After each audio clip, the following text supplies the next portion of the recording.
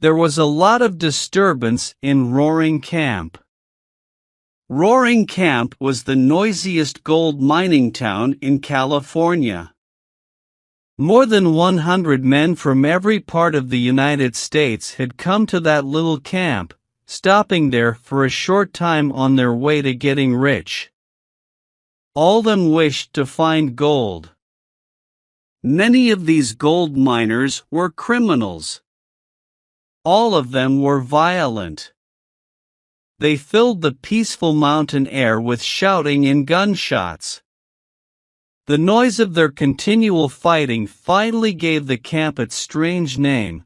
That is why the camp was named the Roaring Camp. On a sunny morning in 1850, however, the men of Roaring Camp were quiet. A crowd was gathered in front of a small wooden house by the river.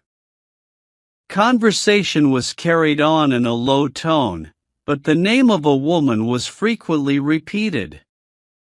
It was a name familiar enough in the camp, Cherokee Sal. Inside that cabin was Cherokee Sal, the only woman in camp. She was all alone and in terrible pain. Cherokee Sal was having a baby. Deaths were not unusual in Roaring Camp. But a birth was big news. Then a man named Kentuck said to another man, "Go in there, Stumpy, and see what you can do. You've had experience in these things." Stumpy opened the cabin door and disappeared inside. The rest of the men built a campfire outside and gathered around it to wait. There were about 100 men. One or two of these were actual fugitives from justice, some were criminal, and all were careless. Suddenly, a sharp cry broke the air, the cry of a newborn baby. All the men jumped to their feet as Stumpy appeared at the cabin door. Cherokee Sal was dead. But her baby, a boy, was alive. The men formed a long line. One by one they entered the tiny cabin. On the bed, under a blanket, they could see the body of the unlucky mother. She was cold and pale. On a pine table, near that bed, was a small wooden box. Inside lay Roaring Camp's newest citizen, wrapped in a piece of bright red cloth. Someone had put a large hat near the baby's box. And as the men slowly marched past, they dropped gifts into the hat. A gold tobacco box. A silver gun. A diamond ring. A lace handkerchief. And about $200 in gold and silver. Only one incident broke the flow of the men through the cabin. As a gambler named Kentucky leaned over the box, the baby reached up and held one of the man's fingers. Kentucky looked embarrassed. "That funny little fellow," he said, as he gently pulled his hand out of the box. He held up his finger and stared at it. "He grabbed my finger," he told the men. "That funny little fellow." The next morning, the men of Roaring Camp buried Cherokee Sal. Afterwards, they held a formal meeting to discuss what to do with the baby. One of the men suggested to send away the baby to another town. But this idea was strongly opposed. Everyone in the camp voted to keep the child. But nobody could agree on the best way to take care of it. Tom Ryder suggested bringing a woman into the camp to care for the baby. But the men believed no good woman would accept Roaring Camp as her home.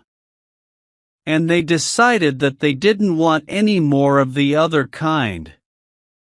Stumpy didn't say a word during these long discussions.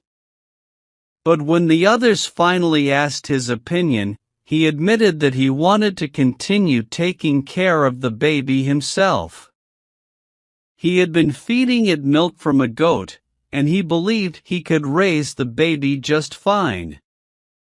There was something original, independent, even heroic about Stumpy's plan that pleased the men of Roaring Camp.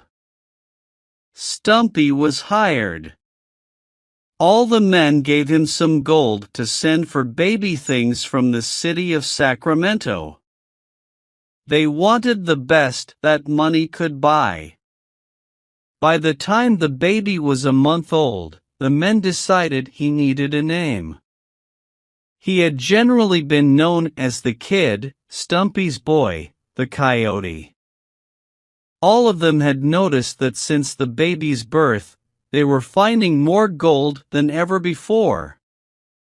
One day Oakhurst declared that the baby had brought the luck to Roaring Camp. So Luck was the name they chose for him, adding before it the first name Tommy. A name day was set for him. The ceremony was held under the pine trees with Stumpy saying the simple words, "I proclaim you Tommy Luck, according to the laws of the United States and the state of California, so help me God." Soon after the ceremony, Roaring Camp began to change. The first improvements were made in the cabin of Tommy, or the Luck as he was usually called. The men painted it white, planted flowers around it, and kept it clean. A beautiful rosewood cradle was also put in the cabin.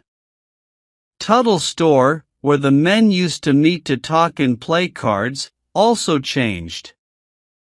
The owner imported a carpet and some mirrors. The men, seeing themselves in Tuttle's mirrors, began to take more care about their hair, beards, and clothing. They wanted to be clean and hygienic. Stumpy made a new law for the camp. Anyone who wanted the honor of holding the Luck would have to take a bath daily. Kentuck appeared at the cabin every afternoon in a clean shirt, his face still shining from the washing he had given it. The shouting and yelling that had given the camp its name also stopped. Tommy needed his sleep, and the men walked around speaking in whispers. Instead of angry shouts, the music of gentle songs filled the air. Strange new feelings of peace and happiness came into the hearts of the miners of Roaring Camp. Tommy's arrival in the camp made everything changed. Now the men were more civilized. During those long summer days, the Luck was carried up the mountain to the place where the men were digging for gold. He would lie on a soft blanket decorated with wild flowers the men would bring. Nature was his nurse and playmate. Birds flew around his blanket. And little animals would play nearby. Golden sunshine and soft breezes would stroke him to sleep. It was like fairyland for Tommy. And he too seemed to be very happy. During that golden summer the Luck was with them, the men of Roaring Camp all became rich. With the gold they found in the mountains came a desire for further improvement. The men voted to build a hotel the following spring. They hoped some good families with children would come to live in Roaring Camp. They hoped that the families could give motherly love to Luck. But some of the men were against this plan. They hoped something would happen to prevent it. And something very terrible happened. The following winter, the winter of 1851, is still remembered for the heavy snows in the mountains. When the snow melted that spring, every stream became an angry river that raced down the mountains, tearing up trees and bringing destruction. One of those terrible streams was the North Fork River. Late one night, it leaped over its banks and flooded into the valley of Roaring Camp.